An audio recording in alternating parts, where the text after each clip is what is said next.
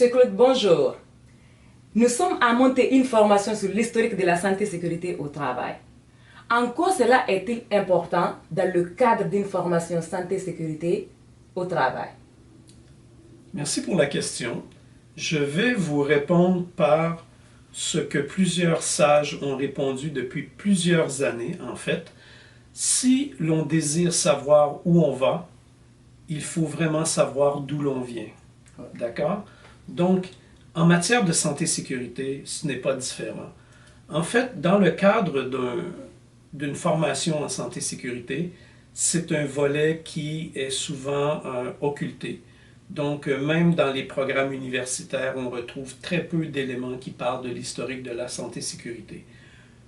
J'ai cru vraiment que c'était important pour nos apprenants de pouvoir leur offrir ce volet, ce pan d'histoire pour que l'on puisse comprendre en fait d'où viennent les lois actuelles, comment on a évolué, comment les législations ont évolué depuis plusieurs centaines d'années en fait, pour arriver avec les législations que nous connaissons présentement dans les pays industrialisés ou même dans les pays en voie d'industrialisation.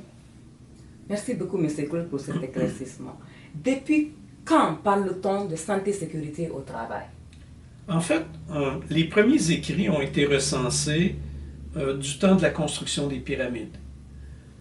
Ensuite, vraiment vers le Moyen Âge, quelques médecins ont compris que les gens mouraient ou s'intoxiquaient à cause de certaines substances.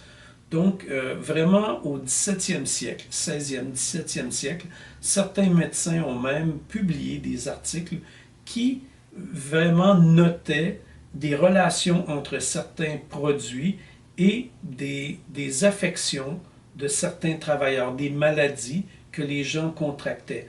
Non seulement des travailleurs, mais aussi des citoyens. Par la suite, lors de la Renaissance, le mouvement s'est accéléré. On a eu beaucoup plus de recherches. Ce qui a été vraiment le grand déclencheur de tout ce changement, c'est vraiment passé au début du 18e siècle, en fait. C'est l'industrialisation, l'invention de la machine à vapeur, ce qui a permis de remplacer les chevaux et les hommes, en fait, dans la production de travaux pénibles.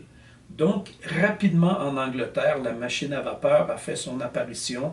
On a créé des locomotives, on a créé différentes machines capables de faire des travaux. On peut penser entre autres au métier à tisser, en fin de compte. Et la révolution industrielle est venue en grande partie à cause de l'augmentation rapide de la population à ce moment-ci. Et on avait besoin de créer de plus en plus de vêtements, de plus en plus de produits agricoles pour nourrir et vêtir les gens. On avait besoin de produire plus de briques, il fallait construire des maisons plus rapidement. Donc l'industrialisation est arrivée et avec cette industrialisation, une augmentation fulgurante des morts, des amputations, des maladies graves, des blessures. Alors, suite à cela, plusieurs législateurs ont dû intervenir pour être capables de protéger les femmes, les enfants, parce que oui, les enfants travaillaient. À partir de 8 ans, les enfants pouvaient travailler dans une fabrique en Angleterre et en France. Donc, les conditions de travail étaient très mauvaises pour les gens de cette époque. Donc, il y a eu vraiment un très grand mouvement. Par la suite, les choses se sont accélérées. Le début du 19e siècle, on a fait vraiment encore plusieurs découvertes de médecine du travail. On a commencé à faire des relations entre certains produits et les cancers. Et l'autre grand mouvement, c'est vraiment le 20e siècle, le début du 20e siècle, avec l'avènement de l'automobile, le travail à la chaîne, les grandes manufactures. Maintenant, on avait aussi beaucoup de problèmes qui ont dû être réglés. Mais tout ça est tombé un peu dans l'oubli à cause des 2 grandes guerres mondiales.